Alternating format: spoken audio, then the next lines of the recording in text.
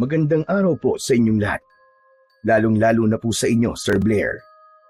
Binabati ko rin po ang inyong mga giliw na tagapakinig at taga-suporta sa inyong YouTube channel. Naniniwala po ba kayo sa isang panaginip o di kaya naman ay isang pangyayari sa buhay ninyo na para bang nangyari na? Minsan pa nga ho ay isang lugar na hindi nyo pa napupuntahan pero pakiramdam nyo ay napuntahan nyo na.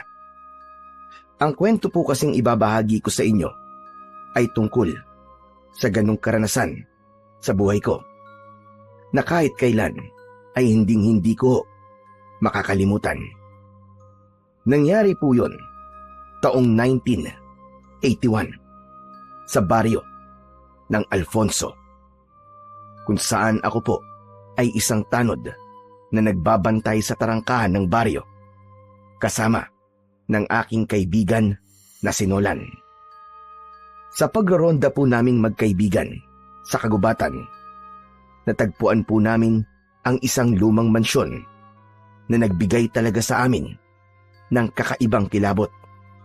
Yung tipo bang papasukin mo talaga para malaman kung ano ang nasa loob ng mansyon na yon. Ngunit para sa akin, Sir Blair, ang lugar na yon ay sadyang kakaiba. Dahil ang itsura po ng mansyon ay madalas na dumadalaw sa aking panaginip. Kahit na isang beses ko pa lamang yon nakikita. Bago ko nga pala simulan ang aking istorya, magpapakilala po muna ako sa inyo. Ako nga ho pala, si Ricky. At ito ang aking kwento. Tol, maigpit na naman sa atin si Kapitan. Dumarami kasi ngayon ng mga natatagpo ang patay sa baryo natin eh. Pati si Lolo, nag-aalala na rin sa akin. Ay nako, kung bakit ba naman kasi marami pa rin na lumalabag sa karpyo natin eh. Marami tuloy na papahamak. Ewan ko ba, matigas kasi ulo ng mga tao rito eh. Kapag napapahamak na eh, tayo naman ang sinisisi. Pero kung ako lang talaga ang masusunod, Tol, mas mabuting pabayaan na lamang natin silang mamatay para naman mabawasan na ang masasamang tao dito sa mundo. Hoy, Tol, ano ka ba? Huwag ka namang ganyan magsalita. Paano kung kapatid mo mapahamak? Sige nga, yan pa rin ba ang sasabihin mo? Siyempre hindi. Kaya nga nag-iigpit ako sa kapatid ko eh. Para hindi siya magaya doon sa mga kasing kaidaran niya na maagang namatay dahil sa katigasan ng ulo. O, kita mo na. Hindi mo rin naman pala kayang mamatayan ka. Kaya huwag ka magsasalita ng ganyan sa ibang tao. Kasi kung ano nararamdaman mo para sa kapatid mo, ganun din sila sa kanilang pamilya. Ikaw talaga, oo. Oo na. O siya, sige, pasensya na sa mga nasabi ko. Hindi ko lang talaga maiwasan ng hindi mainis eh. Ginagawa na nga natin ang lahat. Aba, tayo pa ang lumalabas na masama sa paningin nila. Ganun talaga, wala tayong magagawa. Tayo ang tagabantay eh. Natural, tayo ang sisisihin. Sus, mabuti sana kung malaki ang sinasahod natin. Di naman nila alam na kulang ang binabayad sa atin ng barangay para sa pambili natin ng gamot kapag napahamak tayo. Kahit konting salamat mula sa kanila, aba, wala naman tayo natatanggap ah. Pagkatapos, tayo pa ang sinisisi ng ibang tao na wala namang alam sa paghihirap natin. Ay nako, Nolan. Ang dami mo nang sinabi. Nolan, ang mahalaga, ginagawa natin ng tama ang trabaho natin. Ginusto natin to eh. Pero, hindi naman tayo nagpapabaya, di ba? Ay, siya nga pala, Ricky. Maiba tayo ng usapan. Kumusta pala ang balita tungkol sa mga biktima noong nakaraang araw? Alin ba dun? Yung lalaking natagpo ang patay sa unahan ng kalsada malapit sa gubat. Hindi ba't may tahirin ang kanyang bibig? Tapos, nawawala ang kanyang mga mata. At nawawala ang hintuturo niyang daliri. Oh, ano naman tungkol sa kanya? Bakit mo naman bigla na itanong? Grabe kasi, Tol eh. Hindi talaga ako pinatulog nun. Hindi ko makalimutan yung itsura niya. Sinabi ko naman kasi sa'yo eh, na huwag mo nalang tignan kung matatakotin ka. Basta, Tol. Sobra talaga ang ginawa sa kanya, no? Ang hirap makalimutan. Napakabrutal. Huwag kang mag-alala, Nolan. Pareho lang naman tayong hindi pinatulog nun eh. Tumigil-tigil ka nga. Matagal nang hindi maayos ang tulog mo, no? Dahil sa masasamang panaginip mo. Pero alam mo ba, Nolan? Kung iisiping mabuti, para bang ang pagkamatay nila ay pagbibigay ng isang babala sa mga tao na wag na silang magnakaw o di naman kaya ay merong isang lihim na hindi dapat mabunyag. Teka. Ano bang ibig mo sabihin? Hindi mo ba napapansin na ang nawalang parte sa katawan ng mga biktima ay kadalasang ginagamit ng tao para sa pagsasabi ng katotohanan? Aba? Oo nga no. Di ko napansin yun ah. Parang may gustong itago ang taong pumatay sa kanila. Diyos ko, bigla akong kinilabutan sa mga sinabi mo, Ricky. Tignan mo, nagtataasan ang balahibo ko. At hindi lang yun, Nolan. Ang lahat ng mga nabibiktima ay merong kasong pagnanakaw sa barangay. Imposible naman yatang nagkataon lang yun, di ba? Dahil 8 lang napapatay.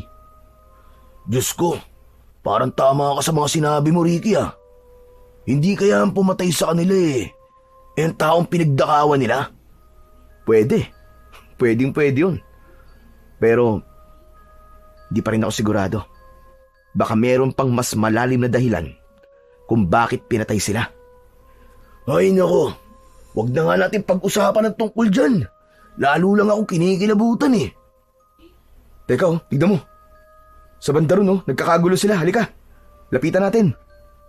Ricky, masama to. Baka may palibagong bangkay na natagpuan na naman sa lugar na yun. Pasado 9:00 na ng umaga. Pauwi na kami galing sa magdamag naming pagbabantay sa tarangkahan ng baryo nang madaanan namin ang pinagkakaguluhan ng mga tao. Narinig din namin ang malakas na hagulgol ng isang babaeng umiiyak. Nang malapitan namin ang kinaroroonan ng mga ito, tumambad sa aming paningin ang nakahandusay na katawan ng isang lalaki. Naliligo siya sa sarili niyang dugo. Anak ng tutya, panibagong kaso na naman ito ng pagpatay, Ricky. Oo nga, tama ka tol. At mukhang kagabi lang to. Teka, hindi ba't nanggaling tayo rito kagabi? Pero wala naman tayong nakitang kahinahin-nalang kilos ah. Paano na naman kaya nakalusot to? Dismayado na naman kaming magkaibigan sa nangyaring yon sa lalaki. 5 kaming magkakasama ng gabing magronda kami roon. Pero wala talaga kaming napansing kahina-hinalang kilos ng isang tao. Kaya pagkatapos ng pangyayaring yon, natitiyak namin na maraming tao na naman ang magagalit sa amin dahil sa aming kapabayaan. Nakuyom ko na lang ang aking kamao habang pinagmamasdan ang kaawa-awang sinapit ng biktima. Mas malala ngayon, tol. Dahil pati mga mata niya tinahi na rin. Tsaka tignan mo, yung hintuturo din niyang daliri, nawawala. Diyos ko, wala rin itong pinagkaiba sa mga naunang naging biktima. At hindi lang yun. Siya si Mang Paner, kilalang magnanakaw ng alahas ng mayayamang negosyante. Pero dahil marami na siya nabibiktima, hindi na natin alam kung sino sa kanila ang posibleng pumatay sa kanya. Kutob ko, ang pumapatay ay isang baliw. Hindi na kasi makatarungan ng paraan niya ng pagpatay. Habang nag-uusap kami ni Nolan, dumating naman si Mang Teban. Isa siyang mamamahayag sa baryo namin. Siya ang nagbabalita ng tungkol sa mga patayan na nagaganap sa aming baryo. Hawak lang niya ang tape recorder at nakakarating na ang balita sa buong lungsod. Sandaling tumahimik ang mga tao nang magsimulang magbalita si Kakang Teban. Isa na naman pong biktima ng pamamaslang ang natagpuan dito sa gilid ng Kakauyan sa baryo ng Alfonso. Ayon ho sa mga nakakita sa katawan, ang biktima ay kinilalang si Paner Santillan. Kilala siya bilang isang kilabot na miyembro ng Akyat Bahay Gang. Sa kasamaang palad, ang biktima ay pangsyam na sa mga natatagpuang patay sa baryo. Saglit na tumigil sa pagbabalita si Mang Teban dahil mas lumapit pa siya sa katawan ng lalaki. Saka muling nagpatuloy sa pagsasalita. Samantalang lahat ng indikasyon sa katawan ng biktima ay nagpapatunay na ito ay gawa ng isang baliw na kriminal. Patuloy na lumalakas ang kutob ng mga taga rito na may serial killer na gumagala sa gabi na siyang kumikitil sa buhay ng ating mga kababayan. Pagkatapos magbalita ni Mang Teban, dumating na ang sasakyan ng mga pulis na magdadala ng katawan sa bayan para sa iba pang mga investigasyon. Nagkatinginan kami ni Nolan. Bumukas ang pag-aalala sa kanyang muka. Anak ng tutya naman oo. Insulto na naman sa ating mga tanod na nangyari kay Mang Paner. Sinabi mo pa. Hindi na nga tayo kinakausap ng mga tao eh. Para bang tayo may kasalanan sa mga nangyari sa kanila. Kung sumunod naman sila sa karpyo, di sana boy pa sila, di ba? Parang gusto ko nang umalis sa trabaho natin, tol. Nakakapagod na. Sigurado na mas lalo maghihigpit sa atin si Kapitan ito. Tiyak na mas lalawak pa ang gubat na kailangan natin pagrondahan. Ang ipinagtataka ko lang, Nolan, halos lahat ng mga natatagpo ang patay ay malapit sa kakawyan na to. Ano sa palagay mo? Hindi ako mapalagay, Ricky. Ang alam ko, naiinis ako. Para bang pinaglalaruan tayo ng killer na yun eh. Tara na nga. Umalis na tayo sa lugar na to. Baka naghihintay na sa akin si Lolo Pino. Sermo na naman ang aabutin ko nito, panigurado. Ewan ko rin naman dyan sa lolo mo. Alam naman niya kung anong klase yung trabaho natin. Tapos mag-iigpit siya sa'yo. Aba, dinaig mo pang merong asawa. Nag-iingat lang si Lolo Pino. Hayaan mo na, matanda na eh. Ipinagpatuloy namin ang paglalakad sa mabatong kalsada na yon hanggang sa maghiwalay kami ng daan ni Nolan. Maya-maya pa ay nakarating ako sa tapat ng bahay namin ni Lolo Pino. Ulila na ako sa mga magulang. Si Lolo Pino na lang ang natitira kong pamilya. Kaya naman, naiintindihan ko siya kung bakit ganun na lamang ang pag-iingat niya sa akin. Pagpasok ko sa loob ng bahay namin, nakita kong nakaupo si Lolo Pino sa bangkong gawa sa kawayan. Mabilis siyang tumayo at lumapit sa akin. Apo, aba kumusta? Ano nangyari sa pagroronda niyo kagabi? Bakit may namatay na naman daw? Hindi ko muna sinagot ang tanong sa akin ni Lolo Pino. Ibinaba ko muna ang batuta ko sa ibabaw ng lamesa bago ko siya kinausap. Kaya nga po, Lolo Pino hindi na po namin alam ang gagawin namin. Ginagawa naman po namin ang lahat, pero may namamatay pa rin. Grabe, Lo. Magaling talaga ang gumawa nun sa mga biktima. Palagi niya kaming nalulusutan. Sa palagay ko, sa ibang lugar niya pinapatay ang biktima. Pero dito niya lang dinadala. Ho? Bakit niyo naman po nasabi yan? Taga rito naman po yung mga nagiging biktima at lahat po sila mga magnanakaw. Miyembro po ng Akyat Bahay Gang. Kung ganon, lahat ng pinapatay niya, magnanakaw na pumapasok sa loob ng bahay. Diyos ko, parang nakapagtataka naman yata. O baka, nagkataon lang. Lo, kung nagkataon lang po yun, bakit naman umabot na po sa siyam ang bilang nila? Diba? Isipin niyo nga ho, sa loob lang ng 2 linggo, siyam kagad ang napatay niya. Saglit na natigilan ang aking lolo. Nagulat siya sa aking mga sinabi. Dati naman ay walang pagroronda dahil tahimik ang aming baryo. Pero nagbago ang lahat nang dumating sa aming lugar ang isang napakagandang dalaga. Magmula kasi nun ay sunod-sunod na ang pagkamatay ng mga lalaki. Lo, kilala niyo po ba si Soledad? Kumunot ang noo ni Lolo Pino sa tanong ko, saka muling sumulyap sa akin at nagsalita. Soledad ba ka mo? Naku, wala naman akong kilala Soledad ah. Teka, ano ba meron sa kanya? Nililigawan mo ba? Hindi hulo. Siya po kasi yung bagong dating dito sa baryo natin. Simula po kasi nang dumating siya, Lo. Para ho bang sunod-sunod na po ang patayan sa baryo natin? Ay, nako, Ricky.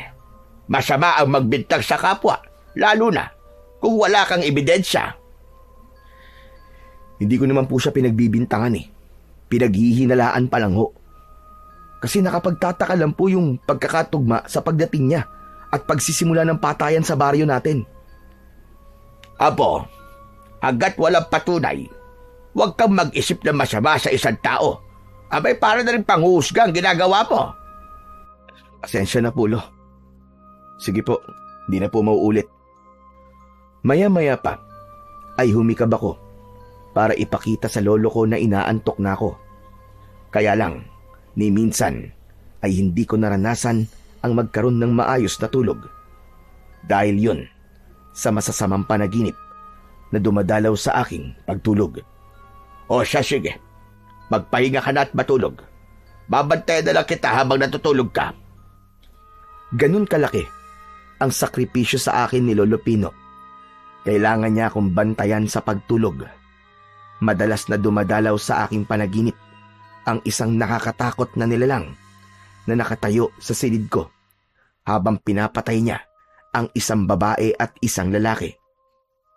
Pagkatapos, ang kanilang puso ay dinudukot ng matanda at walang habas na nilalantakan yun sa harapan ko.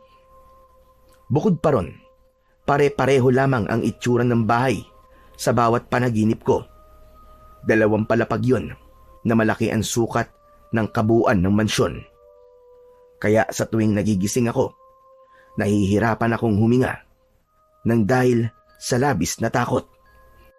Sige po, Lo, matutulog na po ako. Sige na, susunod na lamang ako sa kwarto mo. Isasalang ko lang sa kala ng sinaing. Pagpasok ko sa kwarto, ay sumalubong sa akin pang amoy ang insenso at kamangyan na nakatayo sa altar na may anito na kulay itim. Ayon kay Lolo Pino, pantaboy raw yon ng kamalasan at masasamang enerhiya na sumasama sa akin sa pag-uwi ko.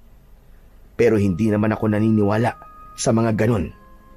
Dahil hindi naman yung kayang pigilan ang masasamang panaginip ko. Maya-maya pa ay nagpalit muna ako ng damit, saka nahiga sa katre at ipinikit na ang aking mga mata. Pagkalipas ng ilang minuto ay lumalim na ang tulog ko. Kasunod nun, dinalaw na naman ako ng isang masamang panaginip. Teka, nasaan ako? Nasaan ako? Iginala ko ang aking paningin sa paligid. Wala ako sa aking sariling kwarto. Naninigas ang katawan ko habang nakatingin sa paanan ko. Isang matandang babae ang nakita ko.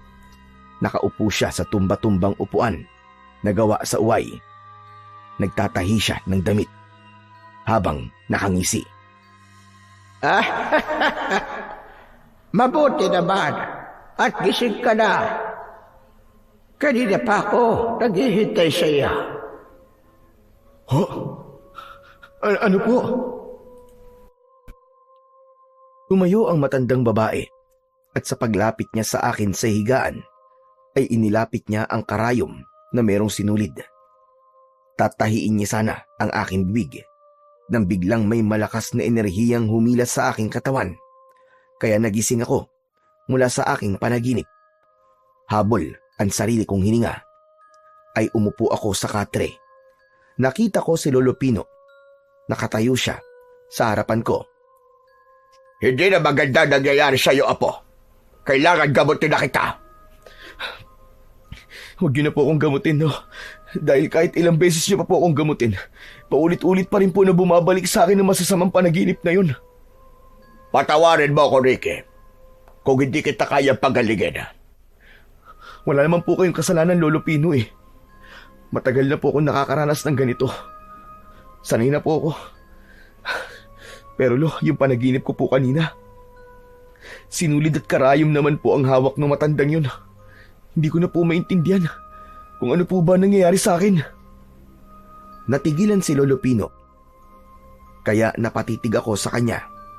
Saka ko lang napansin na marumi ang laylayan ng pantalon niya na para bang nanggaling siya sa labas ng bahay.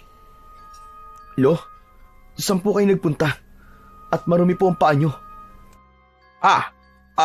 Nag-ikot lang ako ng pagtatawa sa palibot ng bahay para maitaboy ang masamang enerhiya.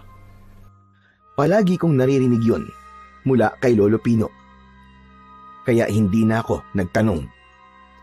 Nang mapansin ko na madilim na ang paligid, ay bumangon na ako sa katre para maligo at magpalit na ng damit. Duty ko na naman ng gabing yon. Kaya pagkatapos kong maghanda, ay umalis na ako at nagpunta sa tarangkahan ng baryo. Nadatnan ko na roon sina Bernie, Nolan, Zoren at Lito na naghihintay sa akin. Oras na naman yon ng pagroronda namin. Pero bago kami magronda, ay siniguro muna namin na maayos na nakakapasok ang mga taong nagtatrabaho sa labas ng baryo. Grabe! Ang tagal mo naman, tol. Dapat nandito ka na kanina pa.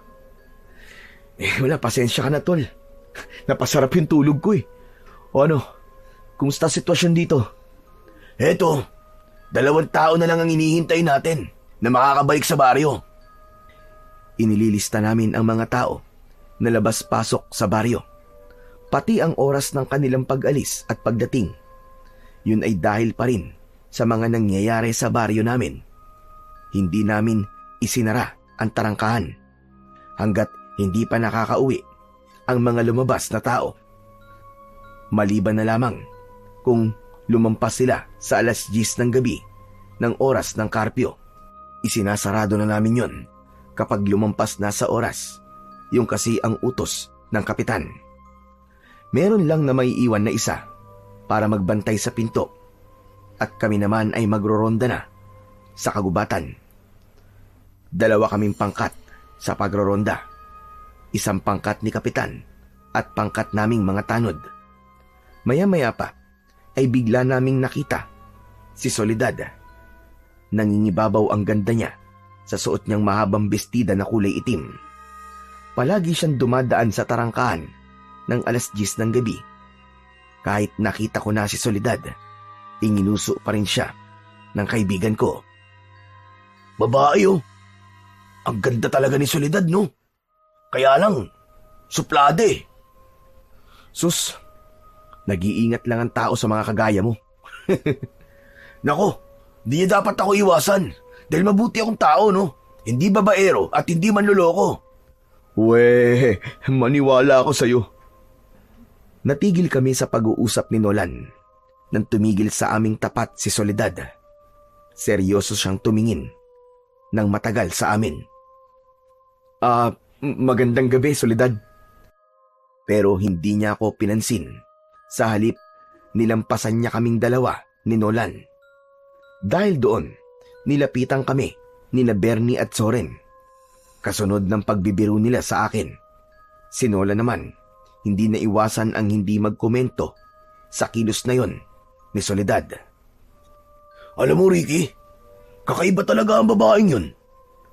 Sabay turo ni Nolan kay Soledad na naglalakad sa madilim na daan ng kalsada papasok sa baryo namin. Bakit mo naman nasabi yan, tol? Ay nako, hindi mo ba napapansin? Hindi siya humingiti kapag binabati natin siya. Hindi rin siya nagsasalita. Ikaw talaga, puro ka namang kalokohan eh. Bakit naman tayo kakausapin nun? Hindi naman niya tayo masyadong kilala. Imposible yun. Palagi niya tayo nakikita dito sa tarangkahan, kaya kilala niya tayo. Tsaka, sa tuwing dumaraan siya rito, palagi siyang tumitingin sa'yo. Pero, hindi naman siya nagsasalita. Sumingit naman sa usapan namin si Zoren. At sinabi niya na baka raw nahihiyang magsabi sa akin si Soledad dahil naroon daw ang mga kaibigan ko. Kaya ang kaninang mahinang pagkantyaw nila sa akin ay nauwi sa malakas na tawanan. Hoy, ano ba kayo? Tumigil na nga kayo. Magsimula na tayo magtrabaho. Nang matapos ang oras namin sa pagbabantay, ay isinara na namin ang tarangkahan ng baryo. Nagronda kami sa kagubatan na halos paulit-ulit naming nilibot ang buong kakawyan. Pagsapit naman ng 4:00 ng madaling araw, ay nagpasya na kaming umuwi sa bahay. Dahil katulad ng dati, wala na naman kaming nakitang kahina-hinalang kilos sa paligid. Ngunit pag-uwi namin, kasama sina Zoren, Lito, Bernie at Nolan, natigilan kami. Isang bangkay na naman ang nakita namin na nakahandusay sa daan. Isang babae, kagaya na nangyari sa mga naunang biktima. Tinahirin ang bibig nito, butas ang mata, at wala na ang hintuturong daliri. Hayop talaga! Meron na namang pinatay! Hindi na ba tayo tatantanan ng serial killer na yon? Pambihira. Pati babae pinatay niya. Wala talaga siyang awa. Halos gabi-gabi na nangyayaring to, Ricky ah. Hindi na talaga magandang nangyayaring to. Nung una, ay konti pa lang ang tao na naroroon, hanggang sa dumagsa na ang mga taong nakikiosyoso sa mga nangyari. Pati sina Soren at Lito, hindi na rin maipaliwanag kung paano nakakalusot sa amin ang killer na pumapatay sa mga biktima. Si Bernie naman ay tahimik na nakatingin sa katawan ng babae. Nagulat na lang kaming lahat nang bigla siyang lumuhod sa lupa at napahagulgol ng iyak. Pambihira! Si Clarita pala to! Ang dating nobya ni Bernie! Hindi ko kagad nakilala dahil halos namamagana ang mukha niya. Teka, hindi naman magnanakaw si Clarita. Bakit kaya siya naman ang pinatay ng killer? Akala ko naman wala na sila. Hindi ba't nagloko si Clarita? Bakit niya pala iiyakan ng walang kwentang babae na yan? Huwag kang magsalita ng ganyan, Nolan. To si Raulo to. Kahit na ano pang nangyari sa kanila, nagmahalan pa rin sila dati. Di ba muntik pa nga magpakamatay si Bernie dahil sa sobrang sakit ng ginawa ni Clarita sa kanya? Pero tignan mo naman, umiyak pa rin siya sa babaeng yan. Sino kaya ang pumatay kay Clarita? Posible kayang ang pumatay kay Clarita ay ang lalaking ipinalit niya kay Bernie? Imposible yun. Dahil sundalo ang nobya ni Clarita ngayon eh. Hindi yun nakadestino rito. Kung sa bagay, may punto ka naman. Kaya lang, talagang palaisipan na sa akin kung sino ang pumapatay dito sa baryo natin. Para bang alam na alam niya ang galaw natin dahil alam niya kung kailan tayo dadaan sa lugar na to. Magsasalita pa sana si Nolan, pero dumating si Mang Teban para ibalita ang nangyari. Dala ang tape recorder na ginagamit niya sa pagbabalita. Pumwesto siya sa tabi ni Clarita habang si Bernie naman ay tahimik na umalis sa lugar na yon. Maya-maya pa ay sinimulan na ni Mang Teban ang pagbabalita. Mga kababayan, isa na naman pong patay ang natagpuan sa gilid ng kalsada. Ang biktima ho ay kinilalang si Clarita Ibanez, 18 taong gulang, na dating kasintahan ho di umano ng isa sa mga tanod na si Bernie Arreglado. Samantala, ang kapitan naman ay patuloy na nagsasagawa ng investigasyon sa mga posibleng pinuntahan ng biktima at kung sino ang huli niyang nakasama. Hanggang sa ngayon, mga kaibigan, ay wala pa rin nahahanap ang mga kapulisan sa posibleng pumatay sa dalaga. At dahil doon, marami na rin ang lumilitaw na usap-usapan dito na ang pumapatay raw sa mga biktima ay isang aswang. Nang marinig ko ang sinabi ni Mang Teban, ay bigla akong natigilan at napatingin kay Nolan. Nagulat kami sa sinabing yun ng mamamahayag. Teka, aswang? Bambira! Para naman yatang hindi yung kapani-paniwala. Mas lalo lamang niyang ginugulo ang isip ng mga tao eh. Huwag mo nalang pansinin ang sinabi niya, Nolan. Baka marinig ka pa, magalit yan sa'yo. Sige ka. Hindi ako nagkamali. Dahil hindi namin namalayan na nakalapit na pala siya sa tabi namin. Biglang namutla si Nolan nang tumingin si Mang Teban sa likod niya. Teka, tama ba narinig ko? Pinag-uusapan niyo ako? Naku Manteban. Hindi po namin kayo pinag-uusapan. Dismayado lang po kami sa ibinalita nyo. Dapat lang kayo madismaya. Dahil may aswang talaga sa baryo nyo. Pero hindi nyo man lang nalaman. Pasensya na ho kayo, Manteban, ha. Kaya lang hindi naman po kami naniniwala sa mga aswang-aswang. Sige, kayo ang bahala. Basta ako, ginagawa ko lang ang trabaho ko. Trabaho pong ang magpakalat ng maling impormasyon sa mga tao, ganun ho ba? Ano sinabi mo? Huwag niyo pong isali ang aswang sa ibabalita nyo, Mang Teban. Dahil mas lalo lamang po magdudulot ng kaguluhan yun sa mga tao. Kakaisa pa, wala rin naman sa itsura nyo ang maging isang mamamahayag eh. Kumunot ang noon ni Mang Teban. Galit na galit siyang dinuro ako sa muka. Ikaw ha? Huwag mo nga akong pinakikialaman sa mga diskarte ko. Bakit hindi na lang ang trabaho nyo ang atupagin nyo ha? Nang wala nang mamamatay sa baryong ito. Ginagawa po namin ang tungkulin namin. Ginagawa nyo nga ang tungkulin nyo. Bakit marami pa rin ang namamatay? Mga buwisit. Ang hilig nyong makialam sa trabaho ng iba. Pero yung trabaho nyo, hindi nyo inaayos. Palaging palpak. Mga walang kwenta. Abat! Wag, Ricky. Wag natin siya patulan. Dapat sa kanya. Tinatahi na rin ang bibig eh. Sa pagkakataong yun, pinigilan ko ang aking sarili. Hinayaan kong umalis si Mang Teban sa harap namin. Pero talagang nasaktan ako sa mga sinabi niya. Pabayaan mo na lang siya, tol. Mahirap kapag may kaaway. Hindi naman yun ang pinupunto ko kanina.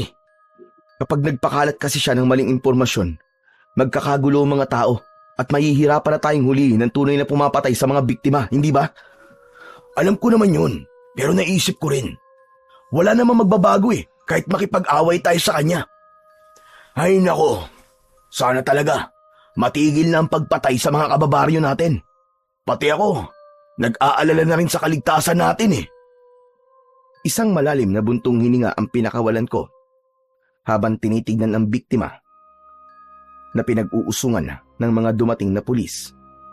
Nang mga panahong yon, ay bigla rin akong naguluhan sa mga nangyari. Ni wala kaming ideya kung sino ba talaga ang pumapatay sa mga biktima.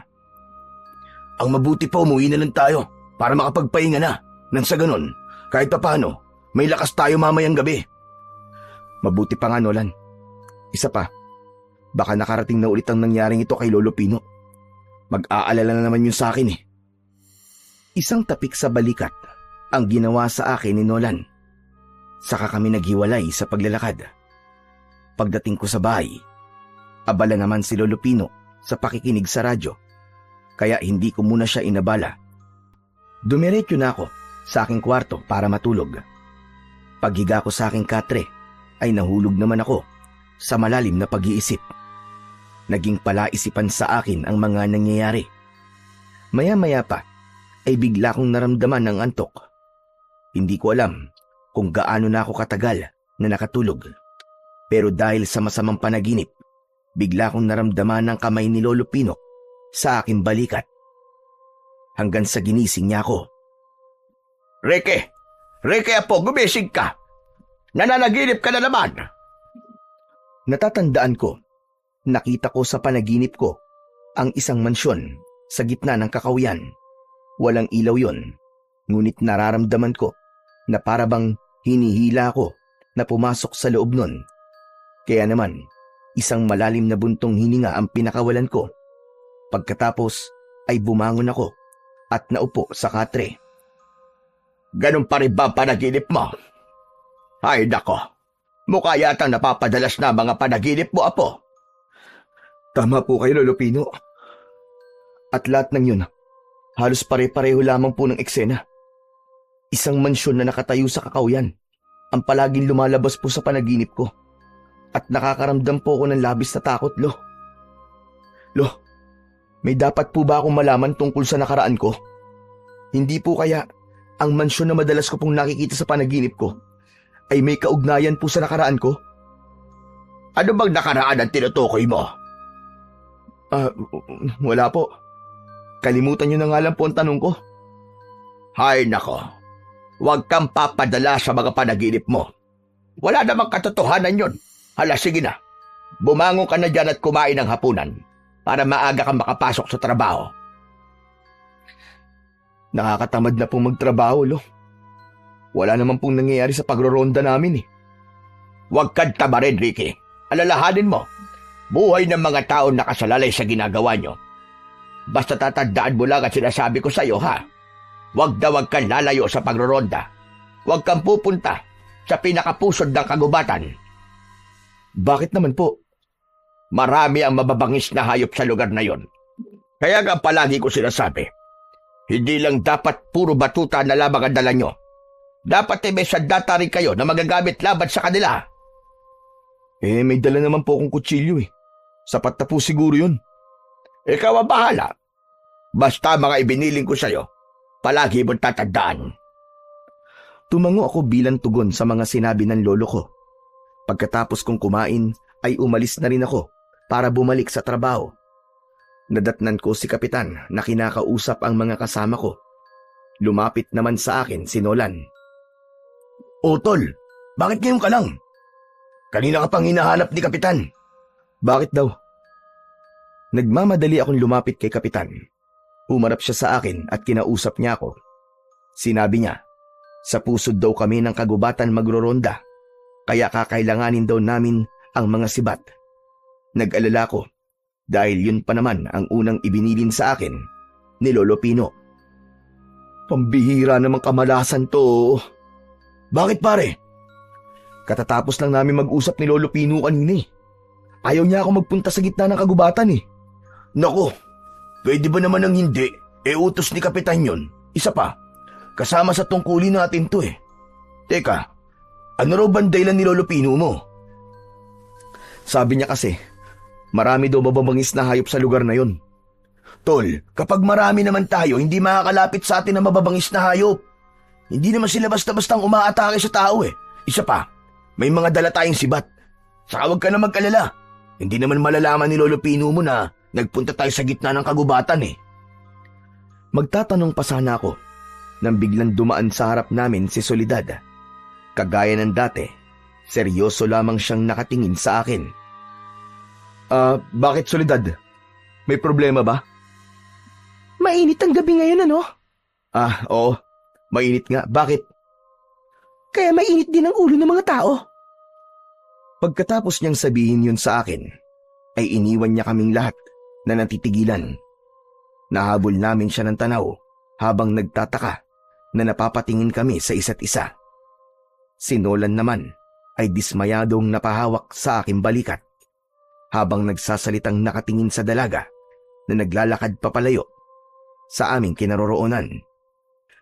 Pambira talagang babaeng yun oo. Talagang nakapagtataka na mga kinikilos niya. Hayaan mo na tol. Ang mahalaga, nagsasalita na siya ngayon at kinakausap niya na tayo. Aba, baka naman iba na yan ha? Pambihira ka naman oo. Pati ba naman si Soledad, pag-iisipan mo pa? Ngumisi ng nakakaloko si Nolan habang pasulyap-sulyap sa akin. Kaya minabuti ko na lang na ibaling ang aming pinag-uusapan sa gagawin naming pagroronda sa gubat. Nagsimula na kaming maglakad at tinahak ang daan papunta sa kagubatan. Dala namin ang sulo, sibat at batuta. Habang tinatahak namin ang daan, ay hindi ko maiwasan na hindi pag-usapan ang tungkol kay Lolo Pino. Hindi naman niya siguro malalaman na nagpunta tayo sa pusod ng kagubatan, no? Ano bang inaalala mo? Kasama naman to sa trabaho natin, di ba? Kaya nga, pero ito kasi ang unang beses na maglilihim ako kay Lolo Pino. Hayaan mo na, tol. Di kapag nagtanong siya sa'yo, saka mo ipagtapat sa kanya na nagpunta tayo rito. Ganun lang kasimple yun. O baka naman meron pang ibang dahilan kung bakit ka nagkakaganyan. Ano kasi, para kasing, ewan, basta parang nangyari na to eh. Ano? Ayan ka na naman sa mga paganyan-ganyan mo eh. Paano mo naman nasabi na nangyari na to? Ngayon lang naman tayo nagpunta rito. Pambihira ka naman talaga, oo. Di kita maintindihan eh. Hindi ba't alam mo naman ang tungkol sa sakit ko kapag natutulog ako? Pare, ganito rin na nangyari sa akin. Tapos, Kapag nakarating na tayo sa malayong kagubatan, makakakita tayo rito ng isang malaking mansyon sa gitna ng kakauyan. Halos manlaki ang mga mata namin ni Nolan nang hindi ko pa natatapos ang aking sasabihin dahil ang malaking mansyon ay nasa harap na namin. Ganon din ang mga kasama namin na sina Bernie, Lito at Soren. Lahat sila namangha sa itsura ng lumang mansyon. Anak ng, nakakapangilabot naman ng kwento mo, Ricky. Pinag-uusapan pa lang natin, tapos ito na. Paano nangyari yun? Kung nagulat si Nolan, mas nagulat ako ng mga sandaling yon. Hindi ako makapagsalita nang pinagmamasdan ko ang itsura ng mansyon. Nagsipagtaasan ang mga balahibo ko sa katawan. Bumundol ang kaba sa aking dibdib. Wala kasi yung pinagkaiba sa mansyon na nasa panaginip ko. Tol, tama ka. Yung itsura ng mansyon na madalas mong ikinikwento sa akin, kawig na kawig ng mansyon na yan. Pero, paano nangyari yun? Diyos ko, kahit nga ako hindi makapaniwala na may ganyan talagang mansyon sa gitna ng kakauyan. Kaya pala sabi ko kanina parang nangyari na to eh. Pare, nagkakatotoo na yata ang panaginip ko. Teka, sandali lang ha. Pati ako naguguluhan sa mga nangyayari. Ganito, baka naman nanggaling ka na talaga rito. Hindi, Nolan. Hindi, maniwala ka. Nagsasabi ako ng totoo. Kahit nga ako naguguluhan din eh. Lumapit sa amin sina Soren, Bernie at Lito nang mapansin ng mga ito ang pagkabalisa namin ni Nolan. Ayon sa kanila, ay nagsipagtaasan daw ang kanilang mga balahibo sa katawan dahil sa aming mga pinag-uusapan. At habang nakatayo kami sa labas ng gate ng mansyon, nakita namin ang mga paniki na lumilipad sa itaas ng bubong nito. Habang sa likod nun ay kita namin ang bilog na buwan. Pero higit sa lahat, walang ilaw ang buong mansyon. Walang indikasyong may nakatira doon. Kaya naman, iniwan namin ang aming mga sibat at dinala lang namin ay ang batuta at sulo. Kung hindi ako nagkakamali, may 4 na kwarto ang mansyon na yan. 2 balkonahe sa taas at ibaba. Sa pangalawang palapag, merong isang silid. At sa loob nun, merong isang bangkong tumba-tumba. Sa katabi nun, may lumang aparador. Ano kaya kung pasukin natin para malaman natin kung totoo nga ang mga nakikita mo sa panaginip mo, Ricky? Seryoso akong napatingin sa aking kaibigan. Ganon din na mga kasama namin na sumang-ayon sa gustong gawin ni Nolan. Sigurado ba kayo na gagawin natin to? Baka nakakalimutan nyo. Pagroronda ang sinadya natin sa gubat na to. Pero malay mo naman, kung nandito ang kasagutan sa lahat ng mga katanungan natin tungkol sa totoong dahilan ng pagkamatay ng mga tao, di ba? Isa pa, baka masagot na rin ang mga tanong mo, Ricky, tungkol sa panaginip mo. Dahil sa mga sinabing yon ni Nolan, bigla kong naisip na gawin ang sinabi niya. Pumayag ako sa balak niyang pagpasok sa mansyon, kaya maingat naming pinasok ang malaking gate na gawa sa bakal. Sa pagpasok pa lang namin, ay bigla na akong nakaramdam ng takot. Kakaiba ang bigat na nararamdaman ko. Pati ang itsura ng bakuran. Walang pinagkaiba sa itsura ng panaginip ko. Kaya mas lalo akong naging interesado na mapasok ang loob ng mansyon. Habang papalapit kami, sa pintuan ay pabilis ng pabilis ang tibok ng puso ko. Pakiramdam ko ng mga sandaling yon ay hindi na ako humihinga dahil sa labis na pag-aalala. Maya-maya pa ay tumambad sa aming paningin ang nakasaradong pintuan. Nolan, sige na. Ikaw na magbukas ng pintuan.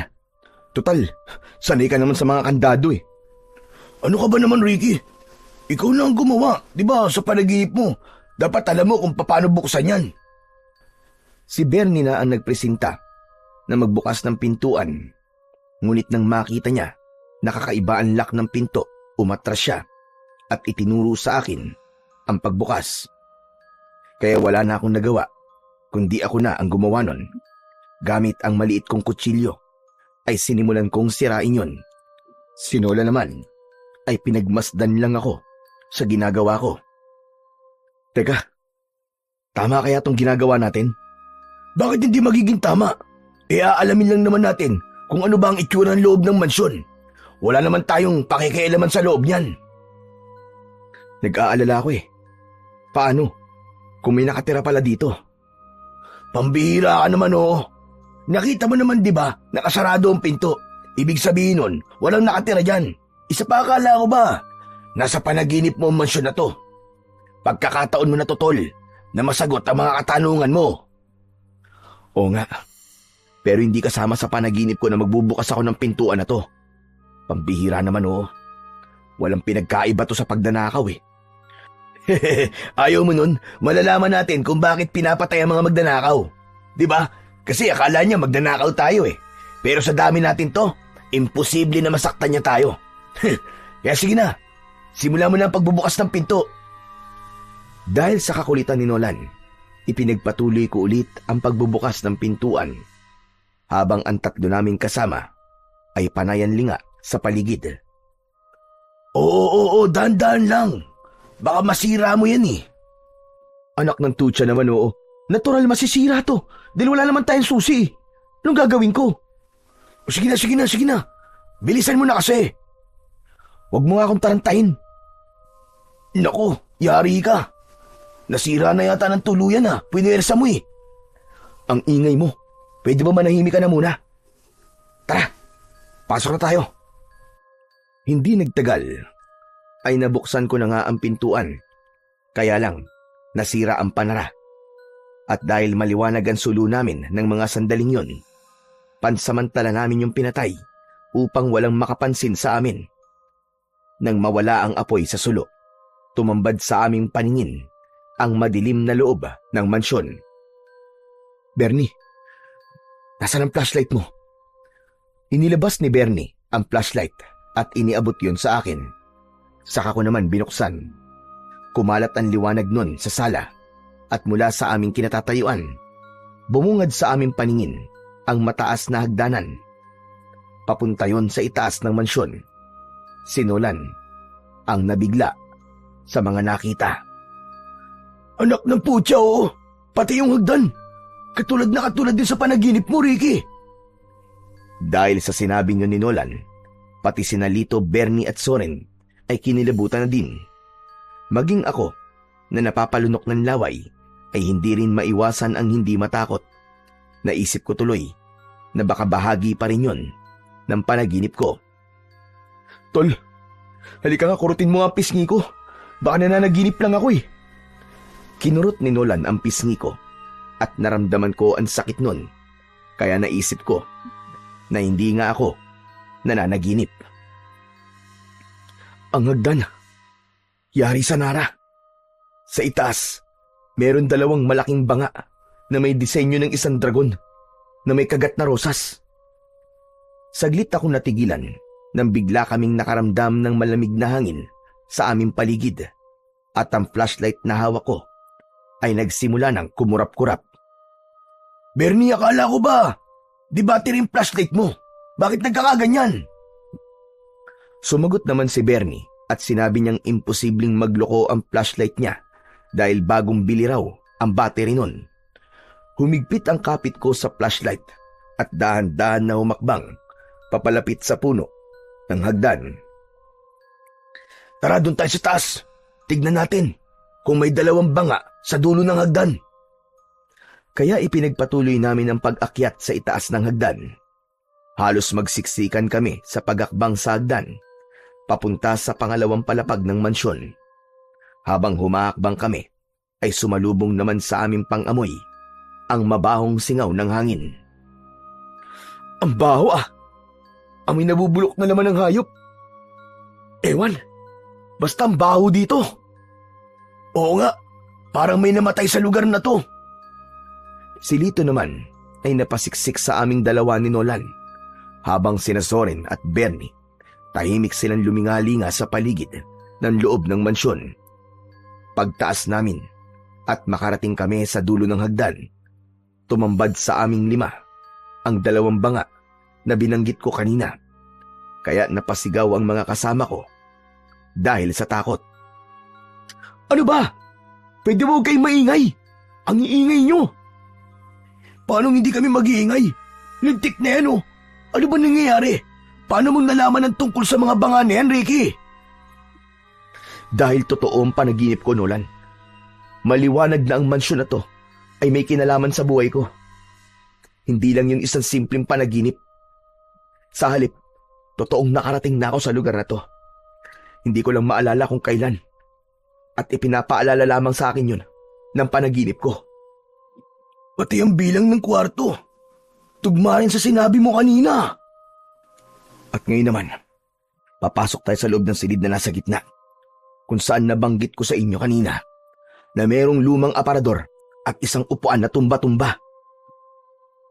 Dahil sa sinabi ko, mas lalong natakot ang mga kasama ko. Ipon-ipon kami sa gitna habang nilalapitan ang nakasaradong pintuan.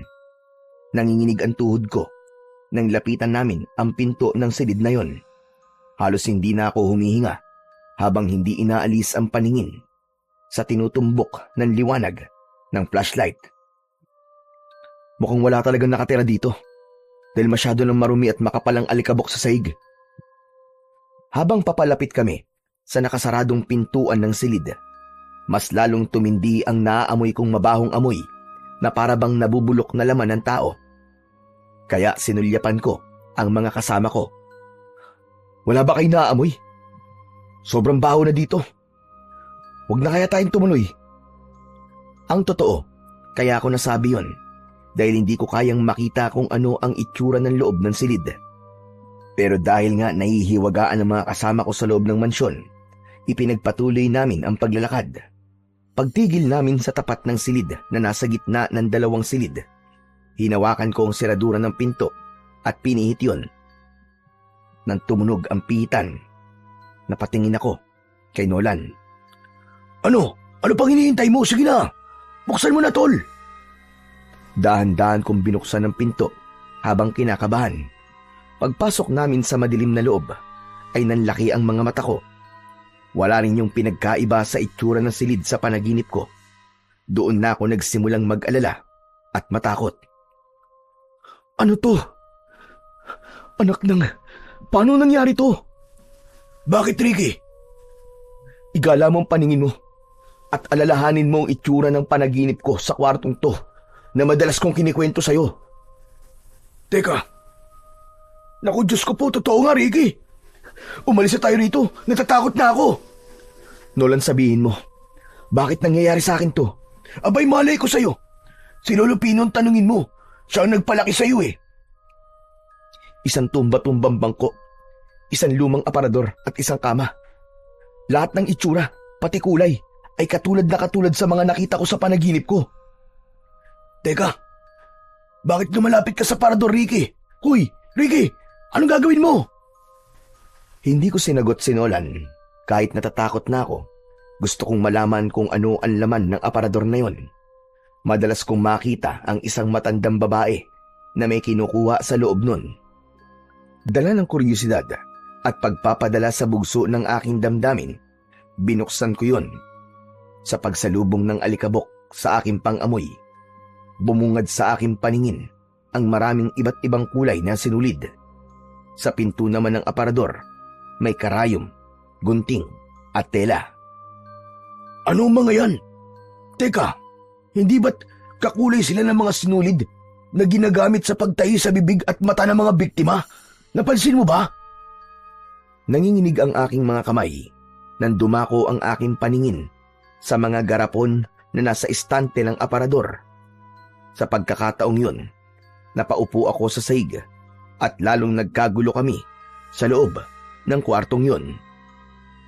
Mga hintuturo ng daliri na nakababad sa dilaw na likido. Bawat garapon may numero at pangalan. Sa kabilang istante, nakahilera naman ng mga payat na bote. Nasa loob ng bote ang isang pares ng mga mata ng tao, nakalutang sa kulay pulang likido. Ano ba yan? Bakit may ganyan dito? Lintik na! Bahay ng killer ang napasok natin! Kung killer ang nakatira dito, anong kaugnayan ng mansyon na to sa panaginip ko? Sa palagay ko, hindi natin yan dapat pinag-uusapan dito. Kailangan na nating umalis dito. Nasa panganib tayo mga tol! Dahil sa takot ay nagsimula na kaming magkagulo. Nataranta sina Soren at Bernie. Gusto na nilang umalis. Kaya naman, mabilis kong isinara ang pinto ng aparador. Ngunit bago kami lumabas ng kwarto, nabaling ang aking atensyon sa isang maliit na libro na nakaipit sa bangkong tumba-tumba. Kaya mabilis ko yung kinuha at isinuksok sa aking bewang. Saka mabilis na tumakbo palabas ng silid. Mabilis din kaming nakababa sa hagdan. Ngunit biglang lumakas ang malamig na ihip ng hangin. Nagbukas sarado ang pintuan at mga bintana. Kasabay nun, ang pagsara ng tuluyan ng lahat ng aming madadaanan. Nagkagulo kaming lahat. Nagsisisigaw dahil sa takot. Diyos ko, paano na to? Anong gagawin natin? Nakulong tayo sa loob! Diyos ko, may kakaibang nangyayari sa paligid na to. Sa tingin ko nasa panganib tayo. Humanda kayo. Maaaring nasa paligid natin ang nilalang na nakatira sa mansyon na to. Maya-maya pa ay tumigil ang malakas na hangin at nagkaroon ng konting liwanag sa itaas ng hagdan. Lahat kami ay napatingin sa puno ng hagdan. Nakita namin ang nilalang na dahan-dahan bumababa sa hagdan. Humigpit ang kapit ko sa batuta at flashlight nang makita ang itsura ng nilalang. Ricky! Ricky, aswang! May aswang na bumababa sa hagdan! Mas lalong lumakas ang tawa ng nilalang habang ang kanyang bibig ay nakanganga na tumutulo pa ang malapot niyang laway. Mahaba ang kanyang kulay itim na bestida habang ang kanyang muka ay naaagnas na. Ikinumpas niya ang kanyang kamay na may hawak na sinulid at karayom. Puro itim lang ang kulay ng kanyang mga mata habang ang braso ay nilalabasan ng uod sa balat at laman. Nang mga sandaling yon, ayaw na rin gumana ng isip ko. Masyado kong nagulat sa mga nakikita ko. Ang lakas ng loob niyong pasukin ang mansyon ko. Mukhang hindi niyo nalalaman. Ang mansyon na ito ay sa akin lamang. At ang lahat na pumapasok sa lugar na ito ay hindi na nakakalabas ng buhay. Kung ganun, ikaw palang pumapatay sa mga tao sa baryong to. Sino ka? Sino ka? Bakit mo to ginagawa? Bakit ko naman sasagutin ang tanong mo? Nakita na kita sa panaginip ko. Ikaw yun. Ikaw ang nagpapakita sa panaginip ko. Hindi ako maaaring magkamali. Pwes, hindi ka na magigising, binata. Dahil ito na. Ito na mismo magiging bangungot mo. Ricky, ano nang gagawin natin? Mamamatay tayo rito, Ricky! Mabuti naman at alam nyo kung ano ang mangyayari sa inyo. Pumasok kayo sa mansyon ko nang walang pahintulot. Ano sa palagay nyo dapat kong gawin? Pero huwag kayong mag-alala.